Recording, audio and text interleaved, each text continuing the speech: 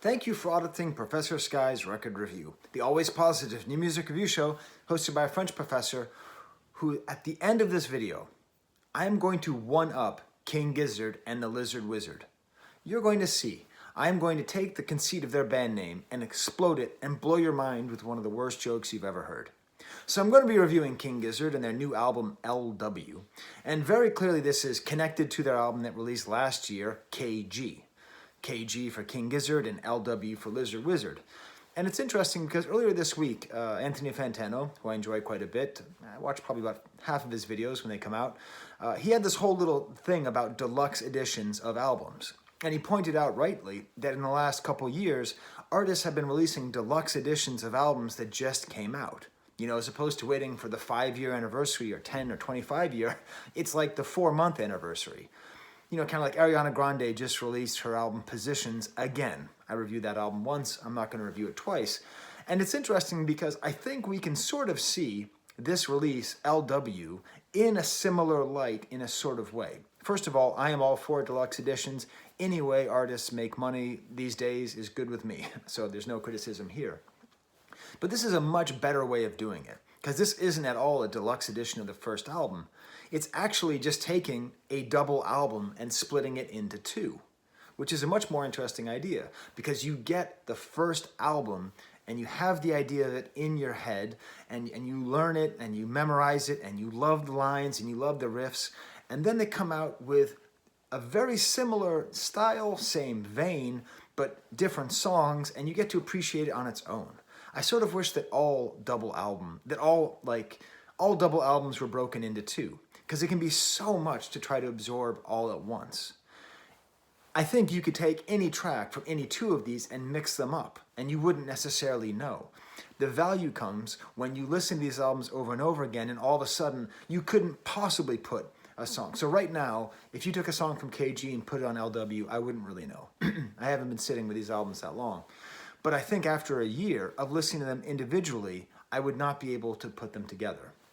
I'd like to take two other examples of this kind of unofficial double album. The most obvious is Kid A and Amnesiac, which Radiohead released within a year of each other, and when they came out, it seemed like it was all the same. It was only with deeper listening you started to understand the differences between them. Perhaps a more controversial example is George Harrison considered Rubber Soul and Revolver to be a double album. Like, he just thought they were the same album, just broken into two. Now, if I told you to put Norwegian Wood on Revolver, you'd scream at me, right? That's insanity. But if you listen to them sonically, what they were doing, how they're approaching it, they are very much two pieces of the same puzzle. So that's what we have here with LW. And I have to say, I've been listening to KG since it came out, and I've absolutely loved it. Now, I did a funny thing where I said, what other King Gizzard albums should I listen to? And then I never did. I've only listened to KG. And now I've only listened to LW. So as far as I'm concerned, this is the extent of this band. I guess they've been around for 10 years, and they've released 19 albums, they're very prolific, whatever. But this is what I know of them. And just knowing this, I can tell you they're one of the most exciting bands out there, and that they're some of the best musicians that are making music right now. It's the only Gizzard I know. Much like the first album, this whole second album, LW, is mostly based on the concept of microtonal scales, so scales where the steps in between notes are less than what we're used to in Western music. Gives the whole thing a very non-Western feeling. Again, my family had a little argument. My wife said it sounded like music from former Turkish, countries from the former Ottoman Empire, and my son said it sounded like Tuareg music from West Africa. Whatever it is, it's never quite pandering, it's never quite straight lifting. It's just using these different scales and different instrumentation to make a rock album that really rocks, but at the same time doesn't sound like anything else. Maybe the biggest difference that I noticed in this, as opposed to the first one, is the prevalence of this sound. Woo! Almost every song, the lead singer goes, woo, right before a joyous instrumental break. And it's awesome. It makes me want to see this band in concert. I've never seen them. I bet they must be amazing, because by the time I'm done just listening to this album 3 times, which I have so far, I started to memorize when the woos were coming by. And I was imagining being in the audience and hearing the singing and then this and that and then woo, and then knowing they're about to do something crazy. It's literally giving me goosebumps. I don't pretend that stuff. That's how exciting it is, the idea of seeing these guys play this live. The thing about this album is, okay, so it has these non-Western sounds, and I'm trying to figure out how to describe it. I initially was going to compare it to like an English muffin with all of its nooks and crannies and all these different things that are jammed in there. So many different time signatures and sounds and scales. But the metaphor that I came up with, that I'm really going to run with, is that this album, both these albums, k.g.l.w, reminds me the most of the experience of eating very good blue cheese. I'm not talking about blue cheese out of a bottle, you savage Americans. I'm talking about a good blue cheese like a Roquefort from l'Aveyron in France. Roquefort is probably my favorite food on planet Earth. The thing about this cheese, the thing about blue cheese, is it is a deceptive cheese. It is a deceptive food. The initial taste is so strong, it's such a slap in the mouth, that you can mistake that for being the impact. In a similar way, this non-Western, microtonal, rock and roll sound, you can be deceived into thinking there's something just like one note about this whole musical project. It's just a whap. That is just that. The thing about Roquefort is that the more you eat it, the more you sit with it, the more you realize it's actually attacking other parts of your mouth. It's going from this sharp bitter into something kind of smooth and creamy. And then if you add some wine, some red wine to the situation, all of a sudden your entire mouth has a sense of fullness and like a sense of intensity. And in a sense of like you have to like really stop and pay attention to everything that's happening in your mouth in order to fully appreciate it. It is like food at its highest complexity. And what's great is that you can mistake it as just being a strong flavor. Blue cheese is just strong. King Gizzard and Lizard Wizard are just talented musicians who are making complicated music with interesting instruments, and that's it. But this sense of fullness, this sense of detail, is what comes through when you listen to the album on headphones and when you listen carefully. When you understand the number of layers that are going on in each song. It's like that creaminess that comes in after the initial shock of the blue hit. I don't know. Is that a good metaphor? I'm sticking with it. I'm sticking with it because to a certain degree, I can talk about this album in a sort of intellectual way, but the feeling does really matter. And that kind of feeling of the unexpected fullness, the unexpected depth, and the unexpected amount of layering, just the production of this album is just insane. And I'm going to get into it. I can't get into all of it because I only listened to it 3 times. One thing I will say, though, is it has this overarching theme and sound of this microtonal music and whatever. It sounds like Tuareg, it sounds like Africa, it sounds like Asia, it sounds like all these things that are, I would just blanketly call non-Western. But then at times they add other elements as well. Like they'll have like the last album ended with a song that sounded like a Black Sabbath album. So they never quite entirely dedicate to just one soundscape, which I think is important. If I had a complaint, it's not actually a complaint, it's an observation. I had to read the lyrics to understand any of them.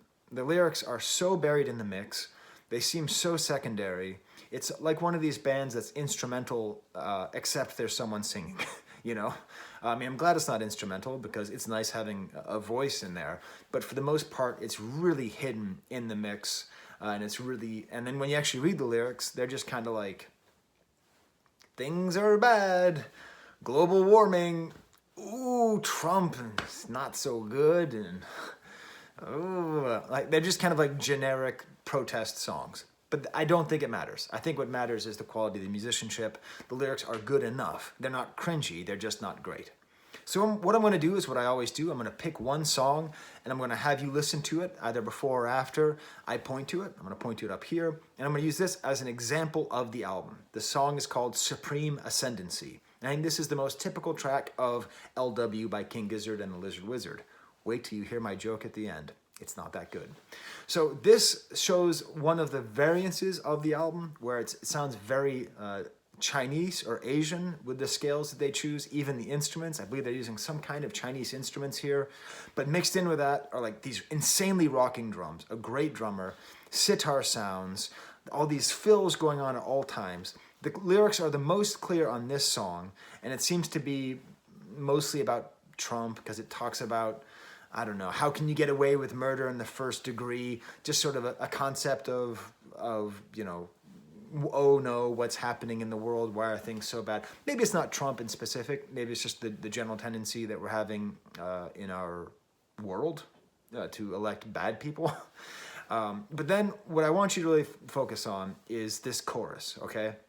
So when you're listening, around the 1 minute mark, just turn off everything, turn off your mind and float downstream. Listen to this song very carefully. Listen to this chorus. So we have a vocal that's doing, you know, okay lyrics. Supreme ascendancy, tomfoolery, you're not above the law, no matter your beliefs. Okay, cool. Just, you're not above the law. Maybe this is about impeachment. Maybe this is about Monsanto. Maybe it's about anything that we find where we feel that someone's above the law. Maybe it's about the church. Who knows what it's about? But it's about something in power who thinks it's above the law. Okay, fine. But when you listen carefully, there's like this harp instrument. There's like a sort of Chinese instrument, which might be the same. There's like a sitar that's playing these notes. The drummer is going so hard and doing so many interesting fills and playing such an interesting idiosyncratic beat. There's an organ in there. There's like a fuzzy guitar. And then in the bass player is playing stuff that would take me 3 years to figure out how to play. At times it's simple, but then at the post-chorus, it's just, but it's never too busy. I just described all those instruments, right? You heard all those instruments I just described. So much happening. But much like that blue cheese, much like that Roquefort, you're never like, it's strong, but it's intriguing, it's interesting, it's tasty. You never quite get repelled by all these things that are going on. It is a masterpiece of production. It's really astounding. I just love these textures, the amount of textures. And you can listen to it, you know, in the car and not paying attention. But when you hear all these things panning back and forth, all these instruments, all these things happening at once, that's the real joy. Just like you can eat Roquefort, you know, on its own, just have like a little bite and then just move on with your day. Or you can just take a second, get a good baguette, a competent wine, competent, strong French wine, and just like have that be the event of your day. This song can be a backdrop or an event of your day. I'm gonna go through the rest of the tracks now in my Pink Citroën, as I like to do. Opens up with a track, If Not Now, Then When. Remember how I said they don't always stay in the same lane in this album? It starts off sounding like the rest of k.g.l.w, but then it like settles into this weird, funky, Stevie Wonder-esque like keyboard riff with this really tight drumming and these vocals with a really nice tight melody that follows along. So much texture, bells and these fuzzy drums that are going from left and right. And it seems that the lyrics are about global warming. When are we ever going to... He actually talks about Gaia, like the earth goddess. Like this is some real hippie BS lyrics. But it doesn't really matter, you know, but that's a little too earnest for my take. But hey, we get the first woo of the album on the first song. This really kind of warbly guitar solo happens. These drum fills are going ear to ear. A harmonica. Do you hear the harmonica? Hey, King Gizzard fans, did you really hear the harmonica in this song? It took me on the third listen to even notice it. Everything's slightly detuned. This slightly detuned voice comes back. Leads in perfectly, and basically the entire album segues one song to the next perfectly. O-N-E, one, which has that harmonica from the last song that was teased. Just a little tease, just a little end credits on the first track. You see this new character that's going to be appearing in the next movie, and that character is a harmonica, and it starts off like an old Western song. It then goes into a much more typical k.g.l.w. microtonal rocking riff song, spacey, pulsing voice, vaguely oriental sounds, but the voice again is the voice is almost always in this album paired with another instruments, and it's about the bad state of the human race. Breaks into a guitar solo, a beautiful guitar solo that's like sort of isolated from the rest, and then everything comes back. So much like dynamics with instruments coming and going, which you need when you have like 78 people behind you. And then, woo, again, leads into this great percussion bit where the bass gets turned up and this percussion happens. And then there's like an unexpected, fairly straightforward groove with like the percussion being very 4/4. It's just great. And that leads directly into the next track, Pleura, which I want to pronounce like French for some reason, pleura. That would be the passé simple of the verb to cry. But it actually refers to the tissue around the lungs, I guess implying a sort of fragile thing about how our world is fragile. There's like this weird, ominous thing they do here. And this is why you need to sit with this album. This is why I need to sit with k.g.l.w for like years to really understand. I bet this is a track that wouldn't fit on k.g. Just the things they're doing here with the vocals, it's so ominous. And like even the lyrics, bone stock, brewed up, graveyard, shot up. It's like a weird, almost throat voice, double, tripled voice happening in this low, almost even sounds like death metal at times. It's very confusing. Like if you ever like trying to get a tuner to work, sometimes, it goes between different, letters, F sharp G, F sharp G, you can't quite figure out what the genre is here. Like, you kind of keep on flipping in between different genres. Hey, all my metaphors can't work. I got the blue cheese. I'm going to keep going. And then there's like this almost prog rock chorus where they sing about whippoorwills and the necromancer. And this is, I love Led Zeppelin. And a lot of bands try to be Led Zeppelin. But I think the only way you could actually be like Led Zeppelin is if you weren't trying to be like Led Zeppelin, right? Like Greta Van Fleet is nothing like Led Zeppelin. They sound like Led Zeppelin, but they're nothing like them. And you can make an argument that King Gizzard and Lizard Wizard is actually like Led Zeppelin. Not so much in the way that each of the musicians is awesome, is a virtuoso at their instrument. And the way that they're able to mix together like really hard rockin' stuff with just really dorky stuff. Like Necromancer? Okay, right? Like, based on reading the Lyric Genius, a lot of these songs like refer to other stuff and other albums and has kind of a sci-fi vibe to it. Even just their name having wizards in it. I think you could make a good case that they are the only band that is doing what Led Zeppelin did in any way whatsoever. They make reference to an orange baby, so I assume that's Trump. I don't know. Isn't it funny how dated Trump references seem now, by the way? Like, it would be like if COVID ends and all of a sudden you release an album about social distancing. It'll just feel like cold French fries, I think all songs that reference Trump are going to be cold French fries right now. But don't worry, there's another woo! And then all of a sudden we have this pleura being said over and over again and some flutes come up. I don't know. What's going on in Australia? Do they just have just like talented musicians everywhere with every instrument? The flutes get like really loud, goes into another jam. I exercise my right to die, which then leads into Supreme Ascendancy, which I already explained, which then leads into Static Electricity. Great lyrics, split you and me, static electricity. I really like that idea. Kind of a winding guitar line. The cohesion starts to fall apart in the chorus, where the drums and the voice start to fall apart behind each other to the point where you're sort of going like this, like boom, boom, boom. You're like sort of like falling out of rhythm and trying to stay on there. But then at the end, it gets caught up. And then at a certain point in the song, these crash cymbals start going on the offbeat, where things get more and more aligned. So the whole song has this great feeling, I don't know if it's intentional, the split apart static electricity, where things start to kind of fall apart and come back together and recoalesce. A great song. According to Lyric Genius, this has something to do with a cyborg that this group of dorks had on a previous album. I don't know. I say group of dorks affectionately as a dork myself. Someone put that in a comment. They called me a dork. It's like, that's not an insult, right? So that's the first side of this album, right? As far as I can tell. Then we start with East-West Link, which is the worst track on the album, but is still a good track. The funny thing is, and this is true, 3 days ago, I was looking, so in my household, we have a giant map behind the kitchen. Sometimes I show it in my videos.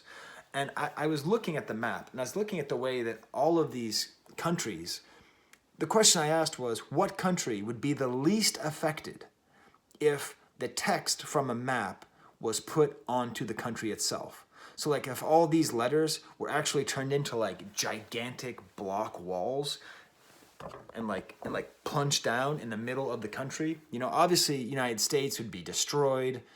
Canada would be okay. Brazil would mostly be in the forest. Russia would mostly be Siberia. But we all basically agreed that the country that would be least affected would probably actually be Australia. You see it right there? All those letters, there's not much going on in there. The outback really is out and back. There really isn't much going on there. So imagine my surprise when, within a week of discussing this, of realizing that Australia would not be affected if Australia was written in letters hundreds of miles wide. This song is about a proposed highway that would connect the east and western parts of Australia. This is as an American, this is a fascinating idea. As a capitalist, I'm like, this is the greatest idea ever. Then your whole country will get to fill up, and it'll be tamed, and you'll get to have more places and more people. But then as a, fake hippie myself, maybe I go, well, actually, no, this is terrible. So this is a song about how this is a terrible idea, how it would hurt, how much it would cost, and all the things that would be lost. Apparently there's a lot of care about whether or not worms would be killed. I don't know if that's metaphorical, but definitely the idea of Australian identity and the idea of the outback and the idea of the wildness and just the absolute emptiness of the center of their continent being destroyed by a highway. This politically is my favorite song on the album because it's the most interesting and has, seems the most specific and most pointed, and a song that couldn't be sung by just anybody, about Gaia or about orange babies. Let's talk about the east-west link between the sides of Australia. I am curious, if you are an Australian, are you for or against the east-west link? I'm just curious in general, because I think I would be for it, but I would pretend not to be so that all my leftist friends would be. But it seems like it's probably a good idea if your whole country isn't so deadly in the middle. I don't know. Another woo, another instrumental break. I think that's why this is my least favorite song. Musically, I find it the least intriguing. Next track is called Ataraxia. What a prog rock title. Apparently Ataraxia is a state of calmness. I don't know. Very prog rock time signature as well. This is barely even microtonal, barely even non-Western. A little bit in the instrumentation, but in general, this is just a sort of standard rock and roll song in a different time signature. It's cool though because it kind of goes from a whisper to kind of a yell of the lyrics. The chorus is very 70s. Get with Ataraxia, force it into being. After chorus, you have a great bass and drum get out of sync again until these bongos come in and fix it. There's a lot of that happening on this album, of things starting to fall almost out of sync and then some other percussive element bringing it back into shape. The drummer is doing most of the music here. This is sort of a song where there's almost melody to the drums. It's very clear the drum part is a part. It's not just someone playing, it's a part of the song. Then the bridge brings back a somewhat non-Western feel to the song.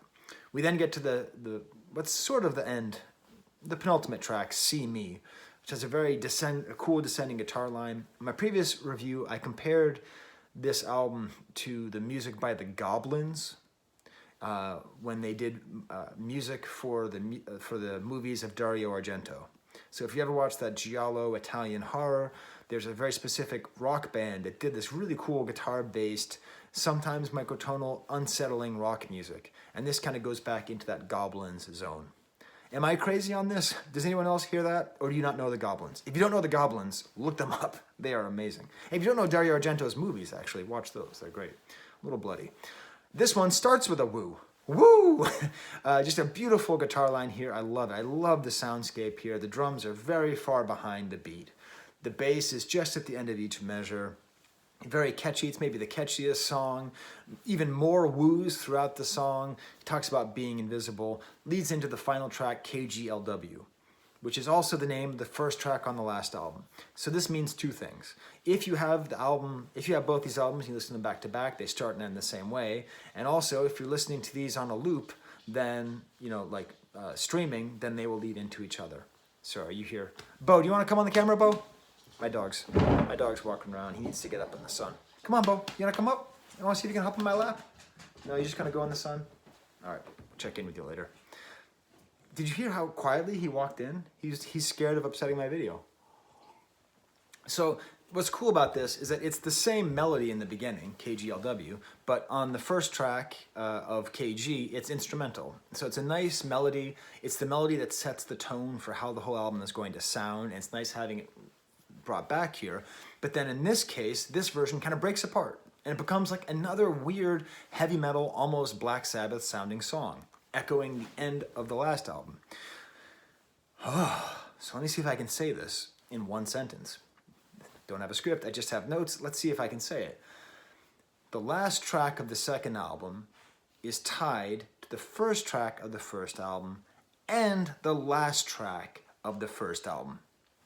That creates a great set of symmetry and a sense of continuity. A lot is going on in this blue cheese of an album. These really cool kind of detuned guitars. Is it too hot in the sun, Bo? Yeah, he's walking away now. A lot of kind of like detuned guitars that like build up and do these nice things. This is the most actually psychedelic sounding song on the album, because at some point it gets sort of like really slowed down. Even the woos become woos. Really like headbanging sections as well. Like there's parts where you just kind of want to rock and roll here. There's like a sort of a drum solo, or at least a drum playing by itself, until the more kind of shredding guitars come in. Da-da-dum, da-da-dum. Wow, what an amazing experience this whole album ended up being, and it's a great way, this whole double album ended up being, and this is a great way to end it. So I promised you a bad joke. So this is the thing. King Gizzard and the Lizard Wizard is one of the great names of a rock and roll band. It's also completely silly. Last Friday, as a matter of fact, my wife set up an adventure for my kids and I to go to the Montezuma State Park in New York. Okay, it's sort of up western New York. It's a beautiful place, lots of bald eagles and lots of owls. Every Friday, they have something called an owl prowl. So I love little words like this. Just like King Gizzard came up with Lizard Wizard, I got obsessed with the owl prowl. So I decided to make this meme. On the owl prowl, with a trowel, wearing a foul towel as a cowl, my scowl turned to a growl, and then a howling yowl, as the dowel passed through my jowl into my bowel. King Gizzard and the Lizard Wizard. You see? I told you it was bad. I can't help it. I enjoy this stuff. Okay, so that was awesome. Big music week. Got the Billie Eilish movie coming out. Got all sorts of stuff. There's a new, speaking of Australia, there's a new Nick Cave album that sounds like it's one of his good ones. We got a lot of stuff coming up. So keep watching. I do subscribe, actually. I like it. My numbers are going up. I'm so close to 10,000. It's kind of fun. I never thought I would get to 100. So for next time, for Bo and Joe Cool, and for all the owls on the owl prowl, there's the camera.